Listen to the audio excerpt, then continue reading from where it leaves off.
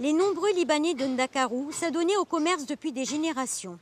Contrairement à la situation dans leur pays d'origine, la communauté libanaise comptait des chiites et des sunnites, mais ces affiliations religieuses n'affectaient pas leur homogénéité locale. Ils réhabilitaient des structures sanitaires et faisaient des dons, mais n'épousaient pas les femmes du pays. Au début, les hommes venaient seuls et dans les régions, ils prenaient parfois des épouses. Les femmes mixtes, Oyek, Awad, Amalem, Odar et ailleurs, étaient bien connues. Plus tard, les nouveaux migrants sont venus avec leurs épouses.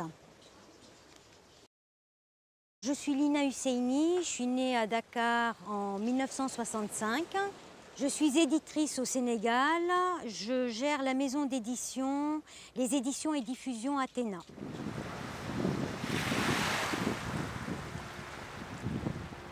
Je suis revenue au Sénégal pour travailler avec mes cousins dans le secteur des matériaux de construction, pour ouvrir plusieurs filiales en Afrique de l'Ouest. Et ensuite, j'avais vraiment envie d'un changement. Et donc, je me suis dit, pourquoi ne pas ouvrir une librairie, puisque je suis une grande lectrice et que j'aime le livre. J'aime le livre, ce qu'il représente, son contact. Et j'ai ouvert ma librairie, la librairie Athéna, en 2006, qui a été une aventure extraordinaire, aussi bien dans les échanges culturels avec le Sénégal et le Sénégalais, qu'avec l'ensemble des pays francophones.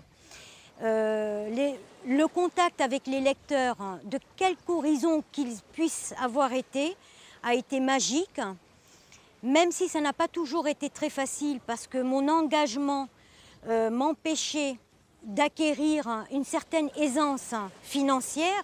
J'ai été confrontée à certains défis qui étaient d'être moi-même avec mes convictions et de ne pas accepter ce que moi j'estimais être inacceptable, c'est-à-dire la censure, la vente d'un point de vue uniquement commercial et non pas d'un point de vue culturel. Mon envie est que mes livres soient le plus distribués au Sénégal et après un petit peu ailleurs, puisque la maison d'édition a pour objectif une triangulaire Dakar, Paris, Beyrouth. Mais aujourd'hui, je suis plus distribuée à l'extérieur que je ne le suis dans mon propre pays, en fait. Et je trouve ça dommage et dommageable pour la culture au Sénégal. On ne peut pas penser et travailler dans les mots sans être amoureux des mots et par conséquent sans être tenté par cette déclaration d'amour pour les mots qu'est l'écriture romanesque ou l'écriture poétique. Il y a Souleymane Bachir Diagne qui a écrit un livre, L'encre des savants, qui reprend une phrase d'un philosophe arabe qui dit l'encre des savants plutôt que le sang des martyrs. Pour moi, l'écriture, la lecture peuvent régler tous les maux, grâce à des mots, tous les maux du monde. Donc ce serait bien qu'on puisse donner au livre la place qu'il mérite en fait. Au livre et à la culture en général.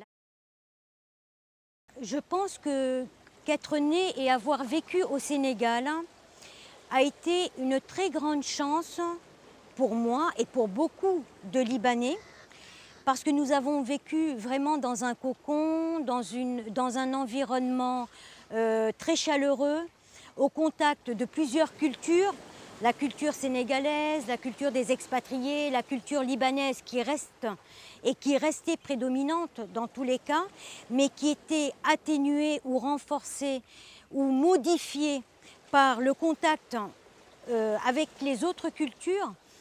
Entre le Liban et le Sénégal, ou le Liban et l'Afrique de l'Ouest, il y a une complémentarité. Il y a une fraternité qui existe entre le Libanais et le Sénégalais, mais c'est « je t'aime, moi non plus ». Dès qu'il va y avoir un problème quelconque, on va dire « ah, tout ça c'est la faute des Nards, des Libanais ». Okay. Après, nous les Libanais, on ne se comporte pas toujours comme il faut non plus quand on a une certaine position par rapport aux Sénégalais. Donc c'est « je t'aime, moi non plus ». Il y a des choses à régler de la part et d'autre, mais je pense que c'est ce qui existe dans les conflits entre frères.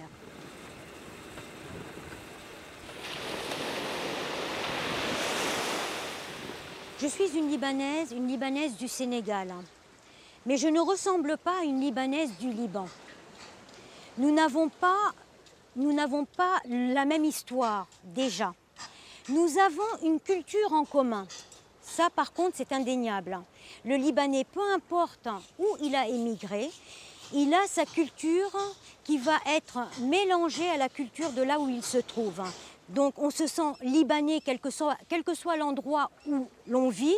Et en plus de se sentir libanais, quel que soit l'endroit où l'on vit, on se sent du pays où on vit.